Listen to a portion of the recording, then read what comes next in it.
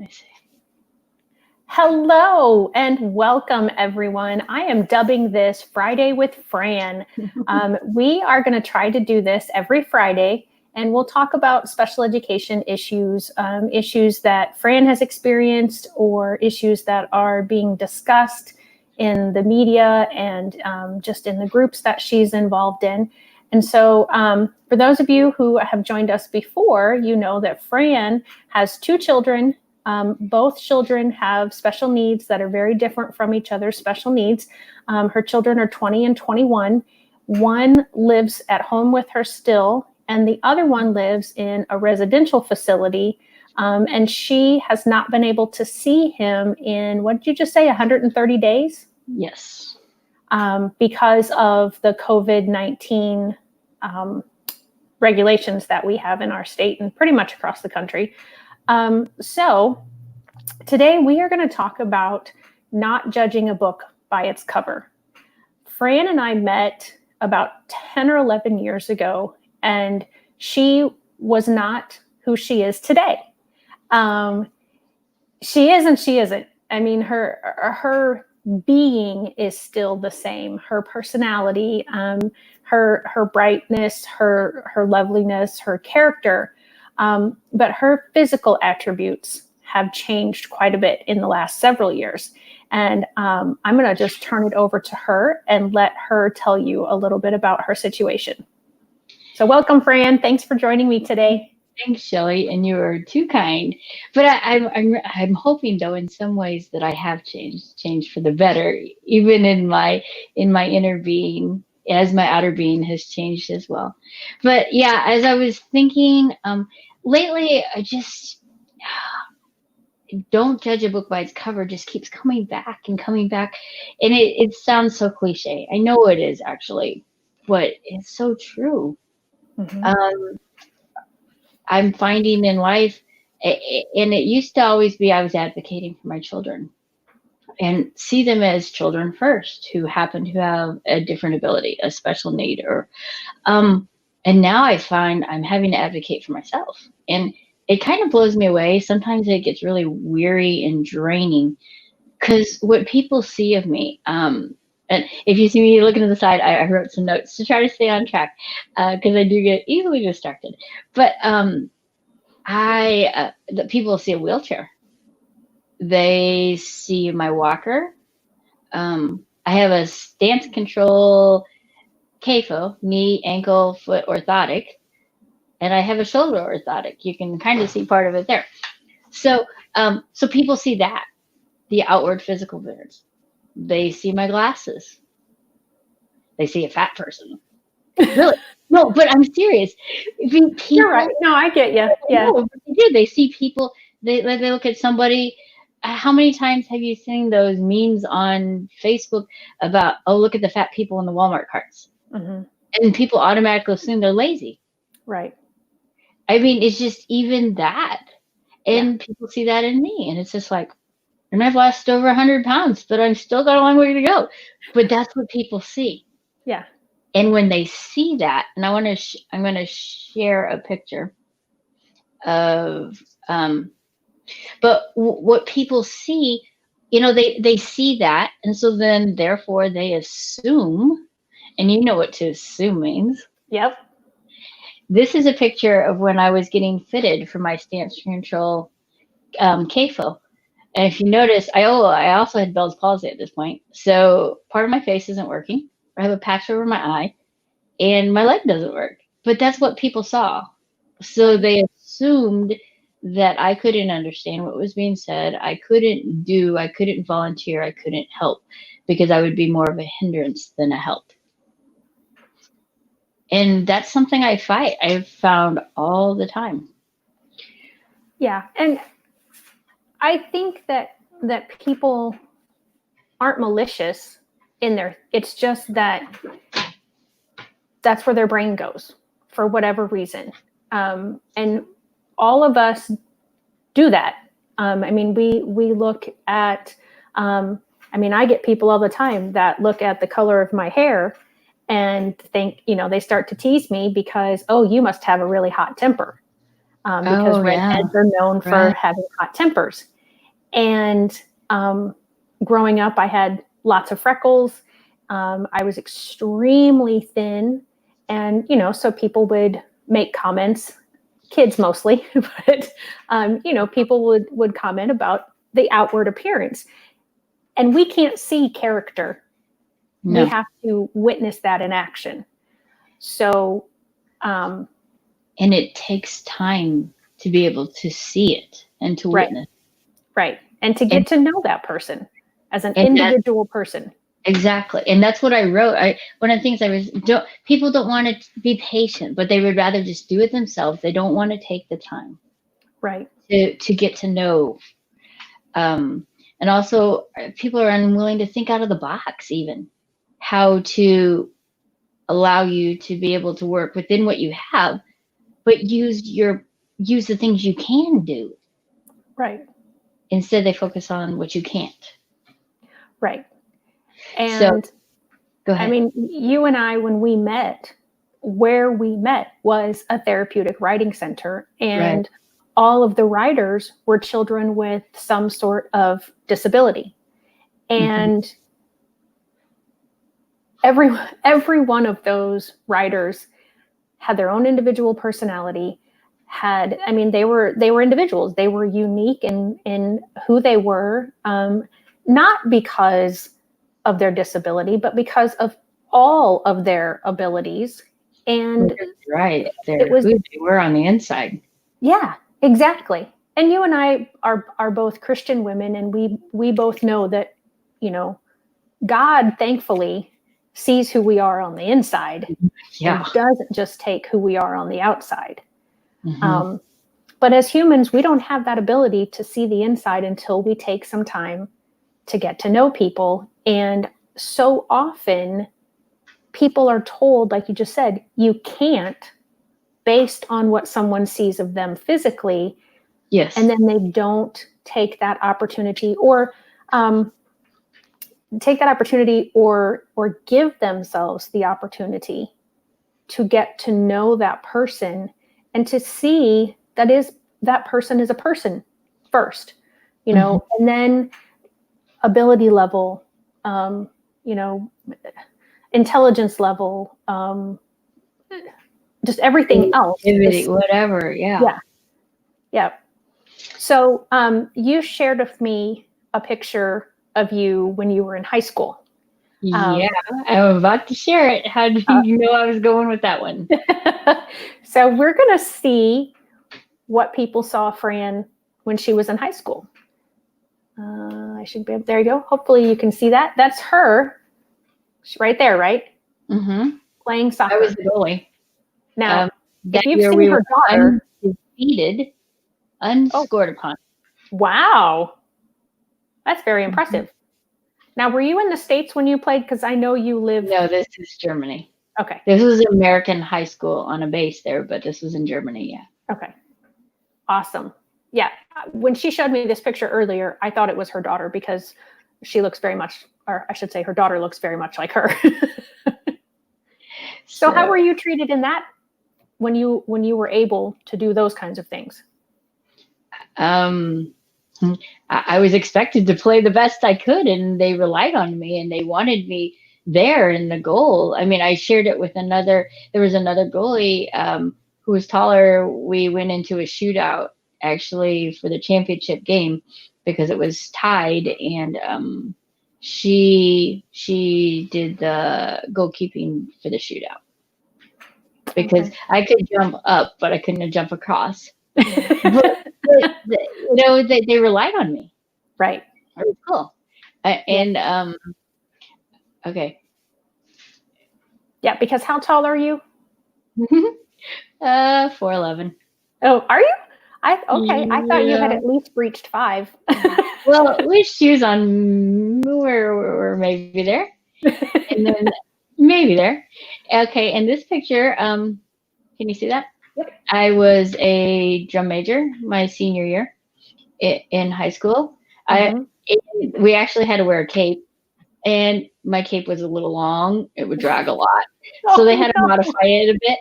and I had to have the longest mace because when I would spin it, I would hit the ground. I had to have the longest one so they could see it, but I had to hold my arm up really high and really swing because it would hit the ground. But that was just how I had to do it. So, I'm just gonna real quick go through a few of the things I did in high school and then into college, if that's okay. Yep, perfect. I played varsity basketball and soccer, and we were very successful. I had the most rebounds on my basketball team my senior year, maybe. And yes, remember my height, but it's all a matter of positioning. And it gave me a love for the fundamentals of basketball. I had a wonderful coach. I also did volleyball, softball, and cross country throughout high school. Like I said, I was a drum major, and then I played the bass clarinet, also in concert band. I was in chorus, active in church, youth group, music ministries, drama, student ministry, student government. That was all just in high school. So that was, I didn't really fit in a certain category, and I just always saw people as people. I was never really cliquish, and I think I was kind of oblivious in high school. I really missed all of that. I didn't realize that there were different groups. I just kind of did my own thing. My sister used to laugh because she would say, "Are you really going to wear that going out the door?" Well, it's clothes. Yeah, you can wear this with this, or you can wear this with this, but you cannot wear them together. Okay. But that was just some of the things. And then, so, you can tell from my high school that I was active, right? And then I went on to college. I had an Air Force ROTC scholarship in mechanical engineering. And I went to Baylor. And here's a picture of me. I was part of a service organization as well. Sorry about that. That's Angel Flight. So there I was involved in different organizations. I got involved in my church, went on ministry trips, did all kinds of fun, random things, and life continued. And then I moved back up to Illinois, had kids, and eventually I finished college, and I got my degree in psychology. So this is all who I was prior to stroke. And before your stroke, up to the day before you had your stroke, you had said you had advocated for your children, but you weren't treated differently than say anybody else around you. No. Okay. I actually worked 3 jobs. I had my family. I coached Special Olympics, and I was an instructor at a therapeutic ready place for many years, as we talked about prior to my stroke. I was actually working at my job when I had my stroke. So that was all the way up to there. I was advocating for other people, and people were treating me differently because of my outward appearance. Right. So people, when they saw you yeah. Yeah. And when people saw you before, they presumed competence. Yes. Would you agree? Yes. I've been a manager at a fast food place. I was a job trainer, a peer mentor. I had all kinds of, that was what I did in life. Right. And so then you had your stroke. In a lot of areas. Yes. And then I had my stroke. And oh my goodness gracious, life changed in so many ways. Yeah. And this became my reality. Next time I will put these in a slide so it'll be easier. That's okay. And I'm sorry. This became my reality a lot of times. Right. And you know what trips me out? What? And I got to tell you the blessing in this chair too. But what trips me out is people say, "Oh, you're really good with that," when I'm rolling around and maneuvering. And I have to laugh because it's my legs, it's my mode of ambulation, it's my mode of transportation. So I'm either going to run into a lot of things, and I do. You can ask my daughter. I run over her toes all the time. But it's how I get around. So it's almost like I want to say sometimes to somebody, "Oh, you're really good at walking." Right. And I know they mean the best, and they don't mean anything out of that. But sometimes it just makes me laugh. I'm like, well, why wouldn't I be good at it? I have to use it every day. Right. And again, that goes back to, just that outward appearance, that people, like you said, they're not trying to be mean. They're not trying to put you down. They think they're complimenting you. But yeah, I've with children that I've worked with over the years, I've heard that a lot, where something will be said and they're like, well, okay, yeah, well, like you just said, oh, you walk really well. Uh-huh. Yeah. So I've done the same thing though in the past. I've done the same thing. I worked with adults who happen to have developmental disabilities, and I say, "Wow, you did really good standing up today." Right. And I look at it now, and I'm like, how often did I think I was speaking words of encouragement when it was probably could have been received as being demeaning or looking down upon and being condescending when I wanted to be encouraging and building them up, when in fact I was doing the exact opposite. And it's been, for me, I speak this, I wanted to share this today more, not coming as a holier than thou, but as this has been my journey and how humbling it's been for me. And I want others to grow through my journey and to see all that I've been required to change in my inner being. Sorry, that's my cat walking through. Okay. She believes that she should always be a part of anything I do with the webcam. That's fine. Jonas is probably hanging out behind me in the picture. So. Yeah. This picture I'm sharing here, this is my stance control CAFO. I call it my bionic leg, or otherwise refer to it as my leg a lot of times. Mm-hmm. It's heavy, it's awkward, it's bulky, but it allows me to walk. That longish part, it actually kicks my leg. But that's another part of what people see on the outside. So I just wanted to share a few of those. But that's not my focus. And I don't want that to be other people's focus. Right. Yes, we see that on the outside, but that doesn't define me. It is getting a little dark. I'll turn my light on. I guess the sun disappeared. Possibly. It's the Midwest. Here it did. A hot summer day. Yeah. Who knows what's going to happen? You're right. It is. Yeah. But so all of those things I just showed you, they no more make me than the things that in high school make me who I am today. They influenced me. They shaped me. But I'm hoping that I've continued to grow in my journey. I'm hoping that you and I know you've grown since you and I first met and started working together. And you've had challenges and you've been strengthened and you've used those challenges to grow into what you do now. And I think it's amazing. I'm proud of you, by the way. Oh, well, thank you. But okay. So you guys have all seen, we've all looked at now what people see on the outward of me. But guess what I'm doing now? I still coach. Oh, and prior to my stroke, I was doing Special Olympics as well. I don't remember if I said that. Yeah, you said that. Okay, sorry. So That's then, okay. So now I'm still coaching Special Olympics. Well, that was prior to this COVID thing, but these are. I'm going to show you. I'm proud of these athletes, and they're bumming it because they couldn't do summer games this year, but I had my power chair. Oh, I have an awesome power chair. It goes really fast. I can actually go on bike rides with my friend. Wow. She's on my power chair. We go out in the country because I live near easy access to the country, and we just we go together. And there are days I go out in the country. I have freedom. It's so cool. So some people may look at a power chair as, oh my gosh, that person's stuck in a power chair. I look at it as freedom. I look at it as it's just another way of how I just get about and around. Yeah. But so I coached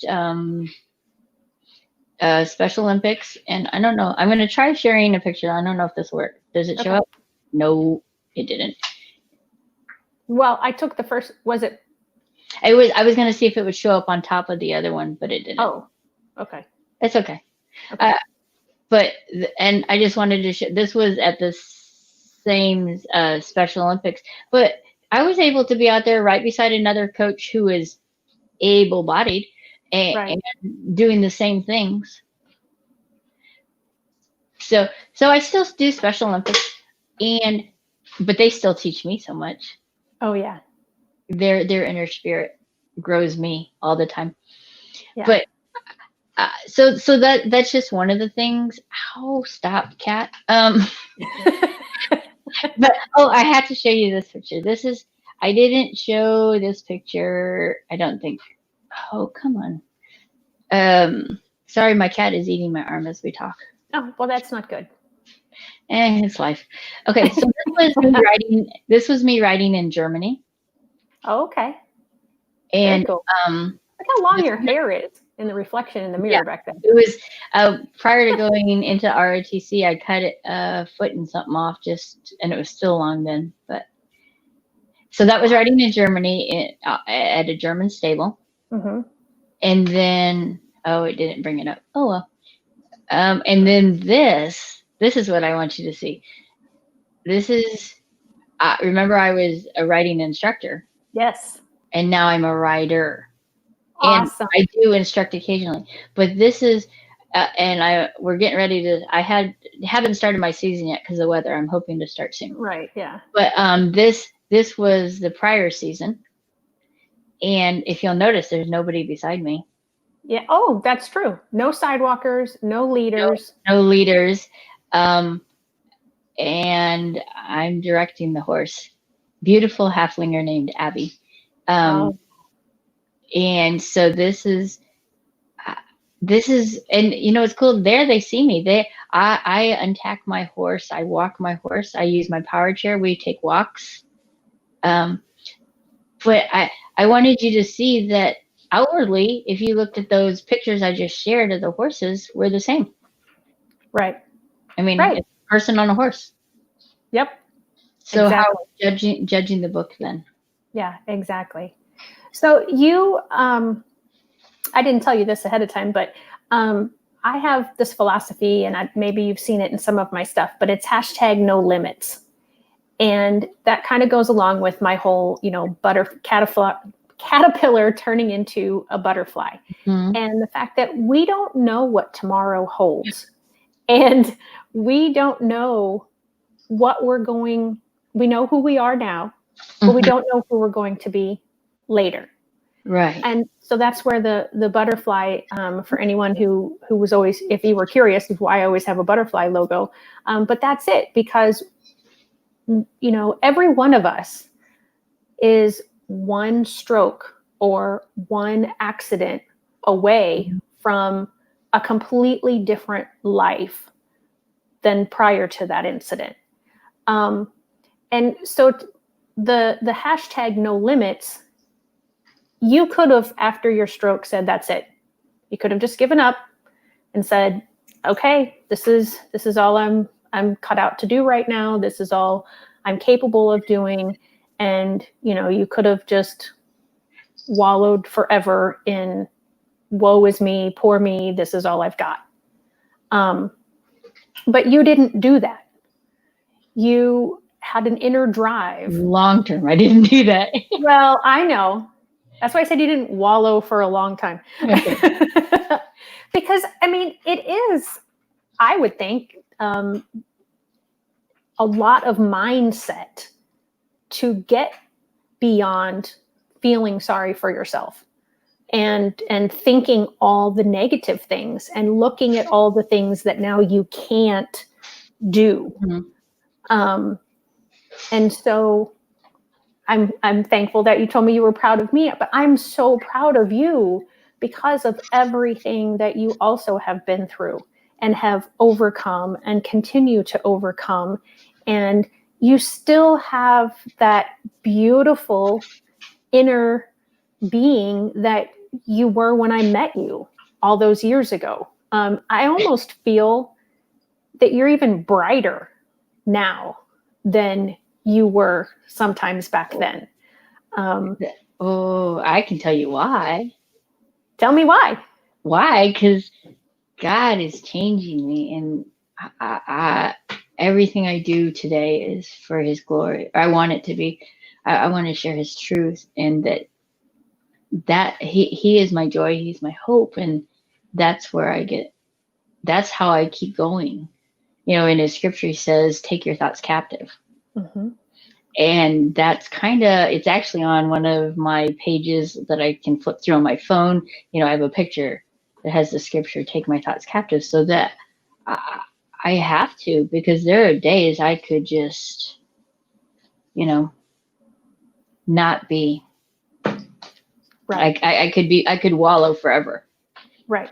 Instead of wallow and then go, okay, I've wallowed enough.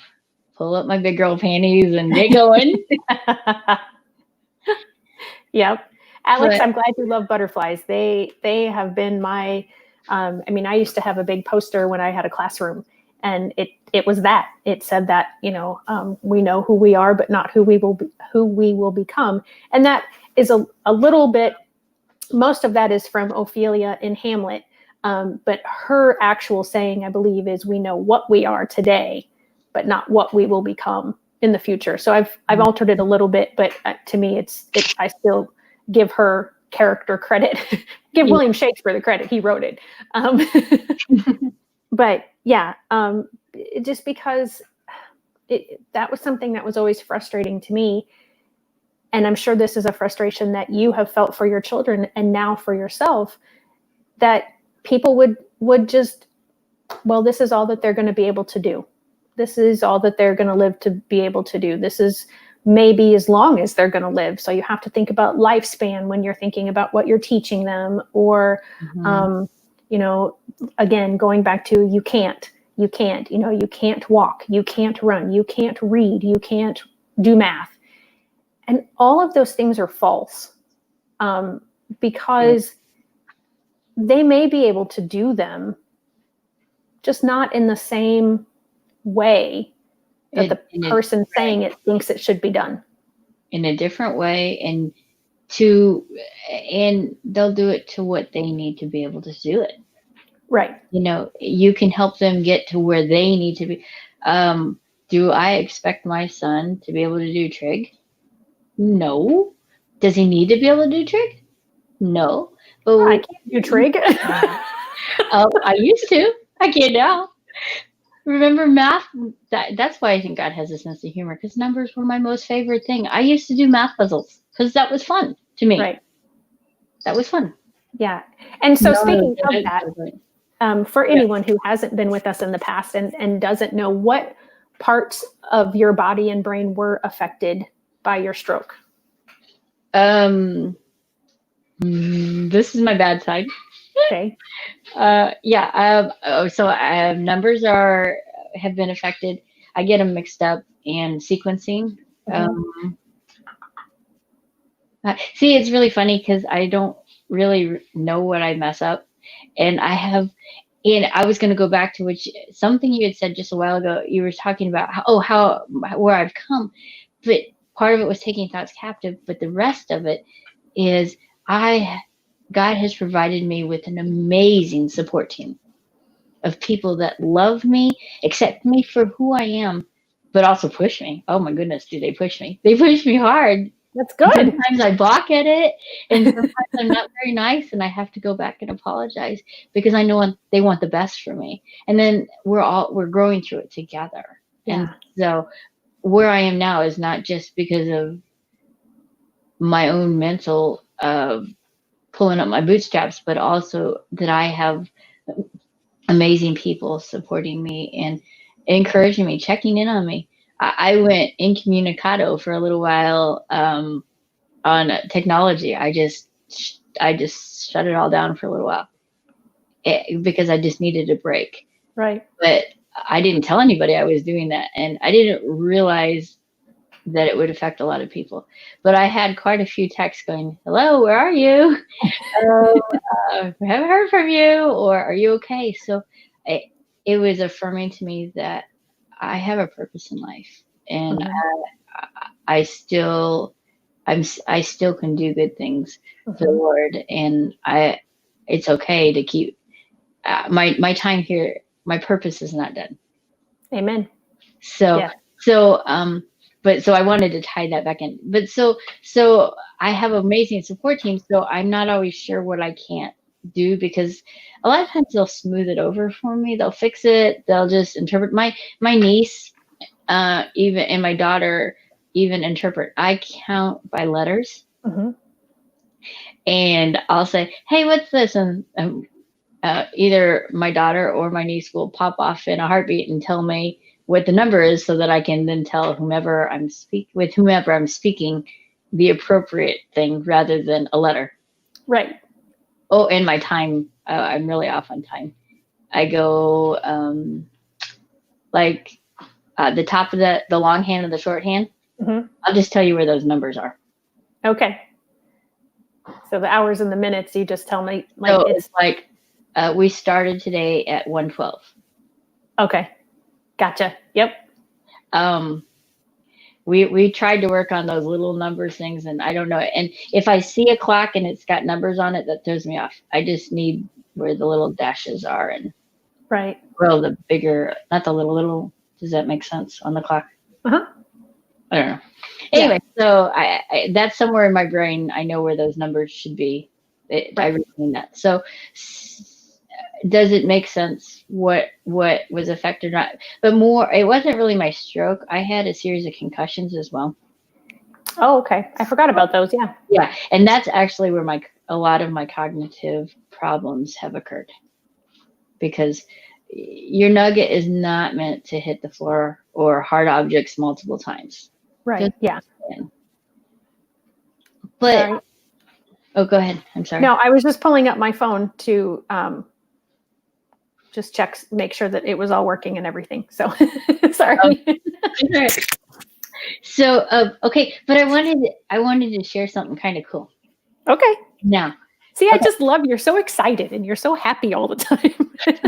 Not all the time, but I want to give hope to people.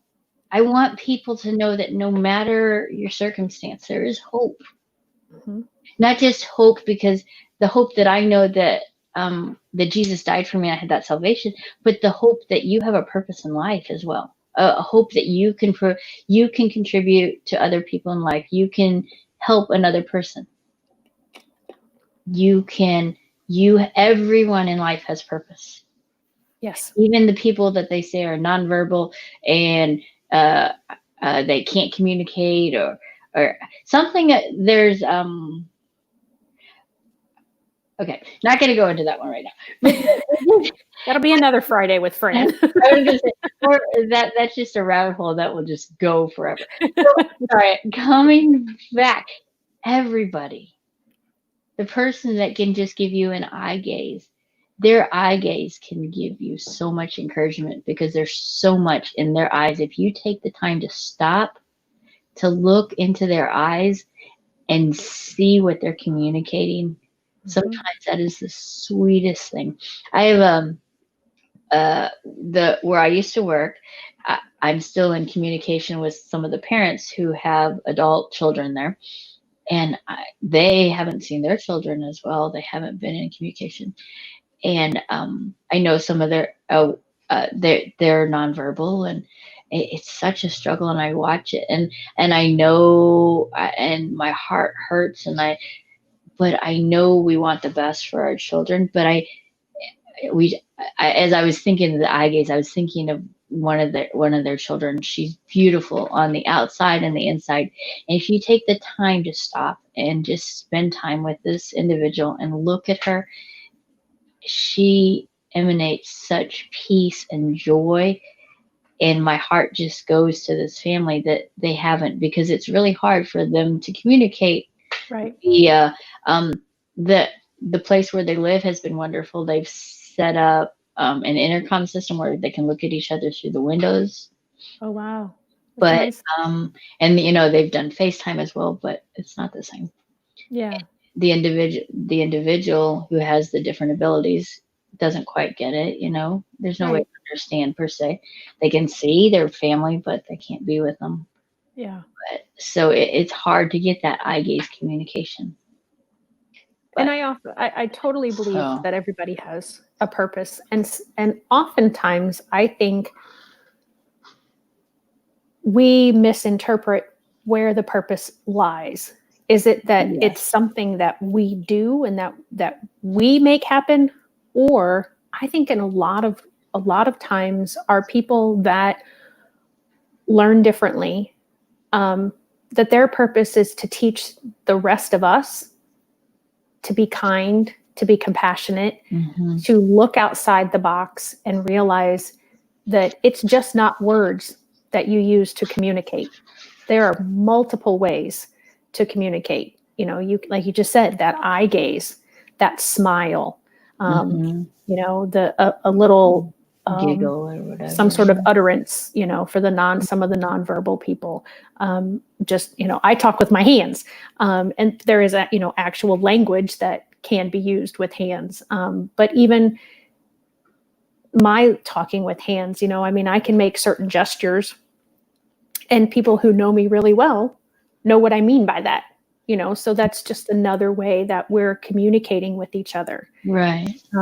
And so I think that a lot of times our purpose isn't that we necessarily are going to do something, but that we are providing something for other people. You said you had gone incognito for a while with the tech stuff. That must have been before you started texting me every day. Fran texts me a scripture every day. And there have been a couple of days, normally it's like first thing in the morning. A lot of times it's there before I even wake up in the morning and look at my phone. I don't sleep. But there have been times when it's been later in the day and I do start to think, okay, where's Fran? Why haven't I gotten the text from Fran today? And then, you know, within an hour or so usually, or within even a couple of minutes sometimes, then it shows up. So I don't know who you all text scriptures to, but that's such a nice thing to have in my phone, because every morning or every day, whenever I get it, I think not only of God and his word, and I'm reading his word, but then I also think about you and the kids. And, you know, I offer up a little prayer of thanks because you're part of my life. So, you know, I'm hoping that everyone else that you send those to, you know, is being blessed. Well, I know they're being blessed, but I hope they understand the blessing that they're receiving anytime that they get those scriptures from you or any kind of a message. Thanks. And it's neat that God's given me that avenue. You know, I have, that's a purpose for me to do. And I think it's really funny because yes, I can't work as society would want me to work right now in a paying job, but I'm blessed to have a church that allows me to minister in it and to do things. And you know, with this COVID thing, I don't know if we've talked very much with it all happening, but we went from just a small church to now we live stream to Facebook. We haven't quite mastered it all completely, but I'm still working on it and trusting him to work at all the details. But God's given me the time to do that and to learn it. You know, everyone else there works full-time jobs, so that's become my full-time. What, you know, something I could do full-time is, or focus on, is to learn how to get us online, get the technology going. The AV system. I actually, at this church, I've written a couple of Christmas programs there. But the whole thing is, they don't know me. They didn't know me pre-stroke. Okay. So at first, and I know it was a challenge. That they saw me as somebody that was in a wheelchair, used a walker, had cognitive ability, and so there was a challenge as they got to know me. But now they see that I do have things to offer, and they allow me to, and I think it's cool. But in society, do we do that? How long do we make a person prove themselves before we allow them to help out? Right. Yeah, it's a very good question. And that's kind of where I've been recently. Um, I was thinking about getting gas the other day, and I've never. I get out in my wheelchair and I get gas because I'm a little more stable than using my walker because I really don't want to fling the gas pump flying, with gas. It just probably wouldn't be the greatest thing in the world. So, so I use it, but I've never had anyone offer to help.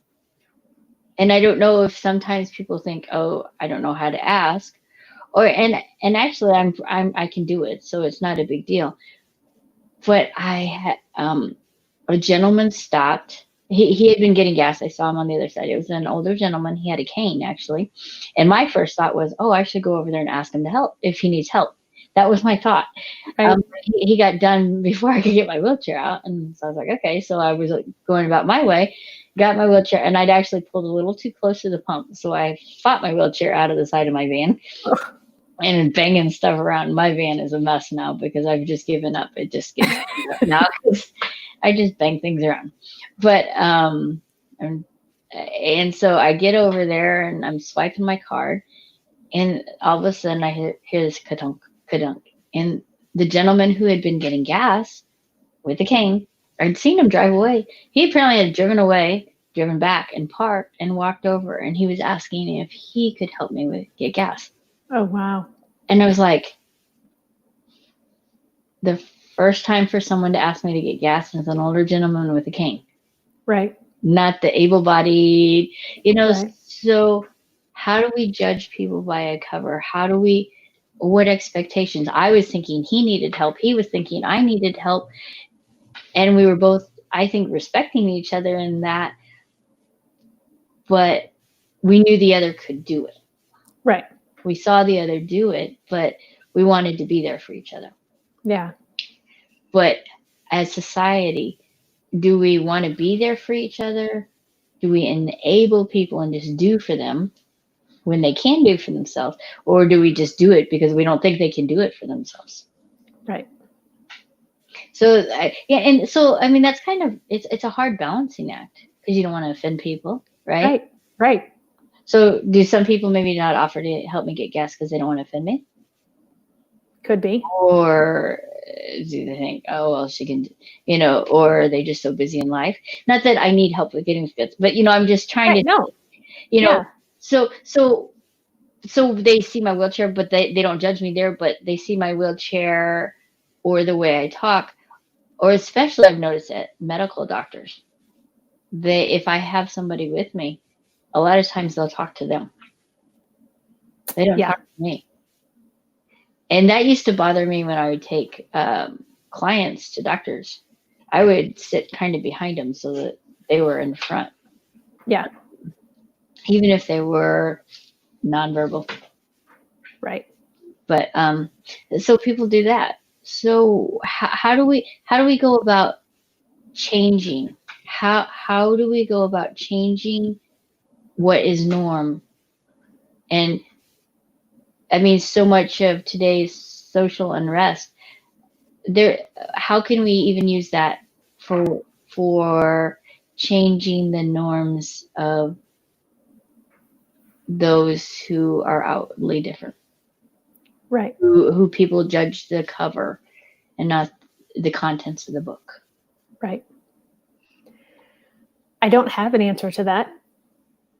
I do think having things like this where, we can talk about it and we can talk about, this is what happened to me before. And now, these are my situations and I have a different understanding and a different appreciation, because still, I mean, I'm hearing everything that you're saying, and having worked with students with unique abilities most of my career, I saw that in them as well, and saw people interacting with them and I'm hoping that by this type of thing, and I'm also hoping to start another segment called No Limits, #NoLimits, and interview people that, like yourself, who, either were had an accident or a stroke or something that they had been one way and now they're a different way, or they were born